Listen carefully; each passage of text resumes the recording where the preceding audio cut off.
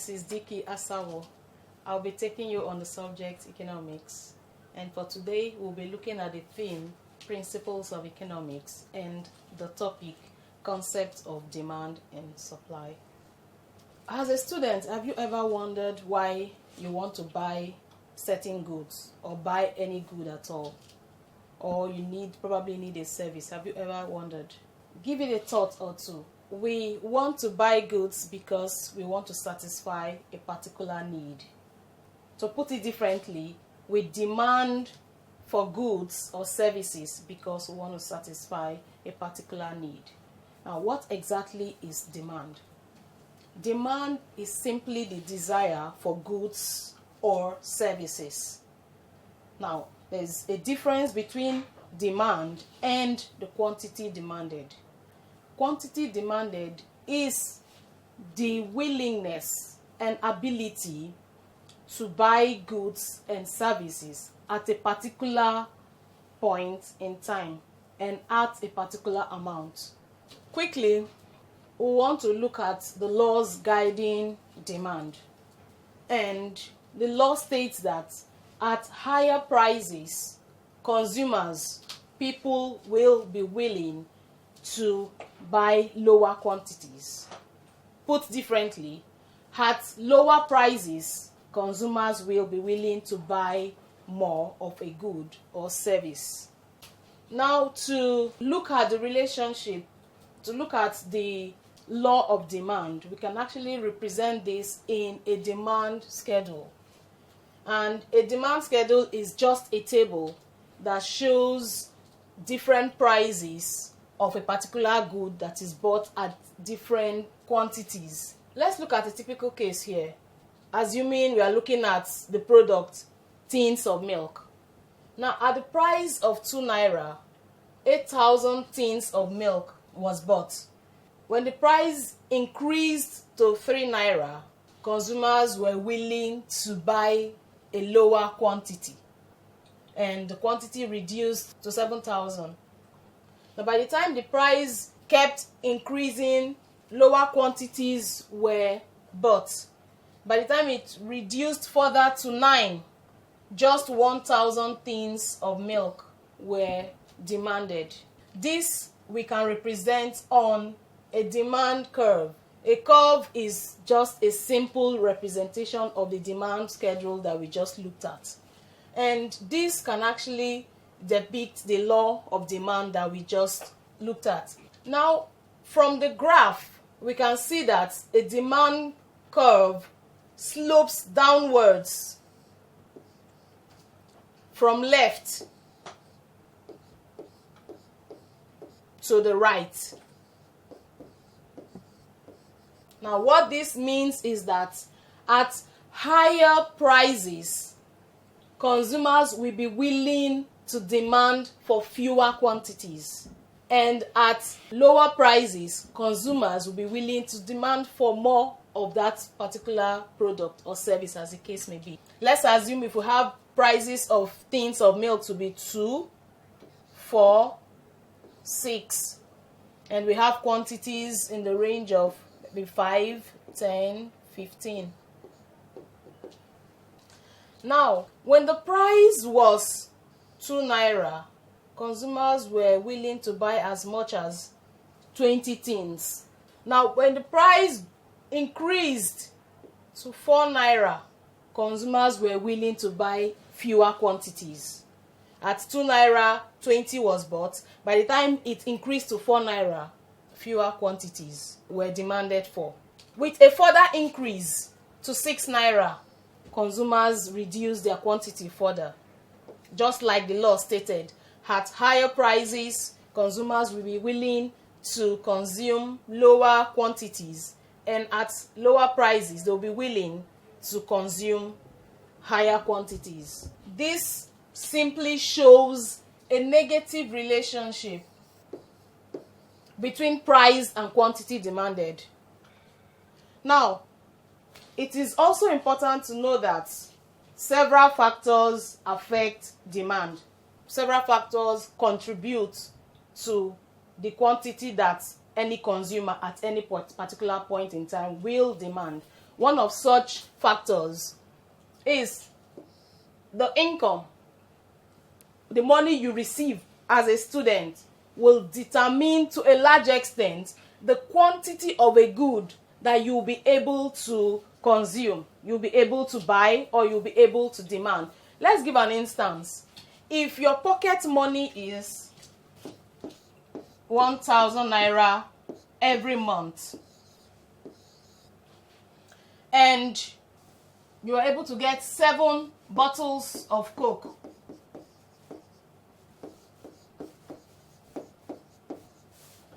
with this 1,000 naira, you were still able to get 200 naira recharge card every month. Now, if something happens, now for you as a student, mind you, your income is not necessarily that you're working, but the pocket money that you're giving is serving as what? An income. If your income is increased, maybe mommy's salary was increased. If she decides to increase your pocket money to 1,500, you will discover that you'll be able to get more bottles of Coke, you'll be able to have more money for recharge, and probably some balance to do some other things. So the income you get as pocket money can actually what? Affect your demand.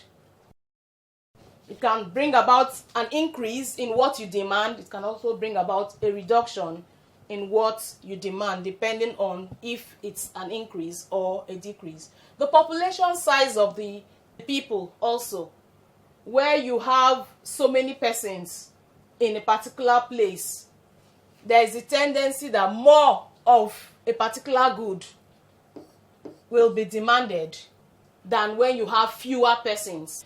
Thirdly, the taste and fashion of the consumers also affect demand. No matter the price of a good, if it's something that I do not have flair for, or if it's something that you do not have flair for, no matter how low the price is brought, you may not necessarily demand for such a good. Let's give a typical example.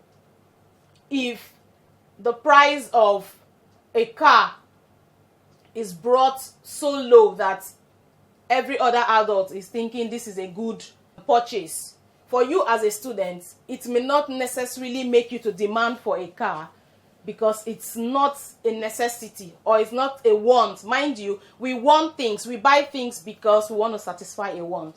For you, you may not necessarily demand because it's not something that you need at that particular point in time. So taste and fashion also affect things that we demand.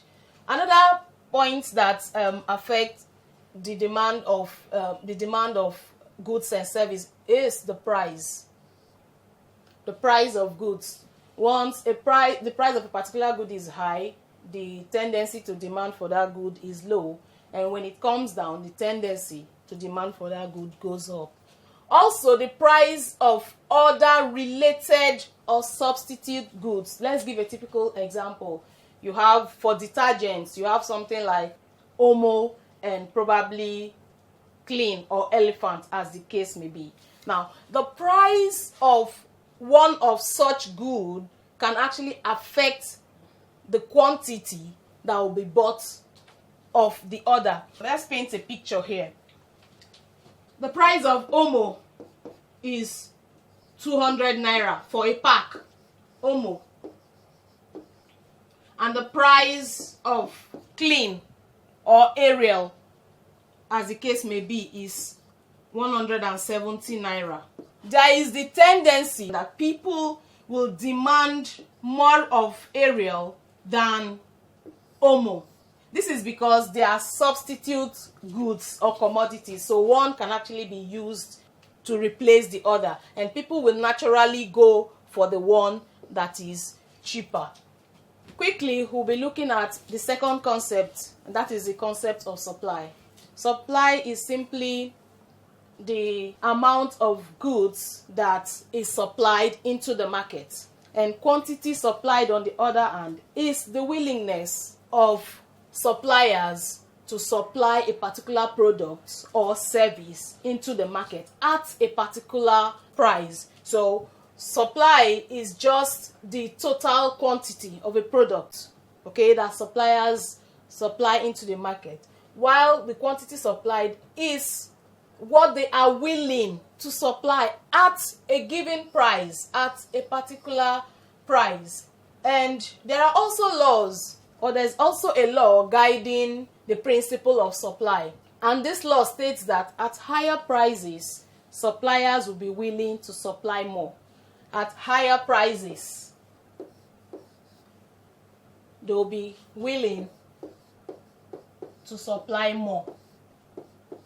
So, more quantity. To put it differently, at lower prices, suppliers will also be willing to supply lower quantities.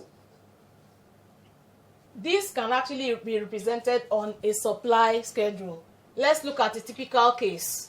The schedule is a table, it's just simply a table that shows different prices that is supplied over a given period of time. Now, at the price of 2 naira, 200 tins of milk was supplied into the market. By the time the price increased to 3 naira, suppliers were willing to supply more, just like the law stated. Higher prices, higher quantities. Now, when it increased further to 600, they were willing to supply more. As the case may be, down to 8 naira, 800 tins of milk were supplied into the market. This shows from the curve that there is a positive relationship between price and quantity. This we can see from the supply curve. Let's assign amounts and quantities to this simple supply curve that we have here. Let's assume we have 2 naira, 4 naira, 6 naira. And let's look at quantity of 10, 15, 20, and probably 25. So at 2 naira, suppliers were willing to supply this much. That's like about 11 naira.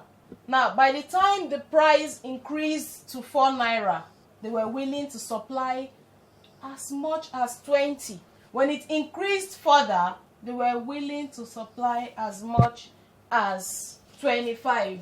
So, at higher prices, more will be supplied into the market. There are also factors that affect supply, and one of such factors is price. Let's not forget that the relationship between price and the quantity supplied is positive. What this simply means is that higher prices, higher quantity. Also, increase or decrease in the price of substitute goods. Like we said, substitute goods are simply goods that you can use in place of the other. Okay, so increase or decrease in the price of substitute good. So an increase in the price of Omo, for instance, will bring about increase in the quantity supplied of Omo against Ariel that is cheaper. At the price of 20 naira and 15 naira, suppliers will choose to supply Omo than Ariel that is 15 naira. Also, the cost of production. If it costs suppliers more to produce a good, maybe as a result of increase in the price of raw materials and other factors, then there is also the likelihood that fewer amounts or fewer quantity of that good will be supplied into the market. Also, natural forces like earthquakes, tsunami, flood, as the case may be, even pest, can affect the quantity of goods that will be supplied into the market. Government policies. Sometimes government put ban or restrictions on certain products. This can actually affect the quantities of goods that will be supplied into the market. Now, when the forces of demand and supply play out in the economy, it gets to a point that there is the point of equilibrium. Now, equilibrium is simply that market price where the quantity demanded is equal to the quantity supplied. Let's look at a typical case like this. Now, at the price of 3 naira, suppliers were willing to supply 1,000. Consumers were willing to demand for 7,000. Now, by the time the price increased to 6 naira, suppliers felt, okay, there's a better bargain. Increased their quantity into the market, their quantity supplied to 2,000. And because there's an increase in price, consumers were willing to demand for fewer quantity. So they reduced from 7,000 to 5,000. Now, by the time the price increased further to 9 naira, quantity supplied was 3,000. Quantity demanded for by consumers was 3,000. Now, at this price, which is the equilibrium price, at the price of 9 naira, quantity supplied became equal to quantity demanded. Now, what this simply means is that at the equilibrium price, the market is balanced. So, at 9 naira, quantity supplied was 3,000 and quantity demanded was 3,000. So at this point, the market is balanced. There was no remainder.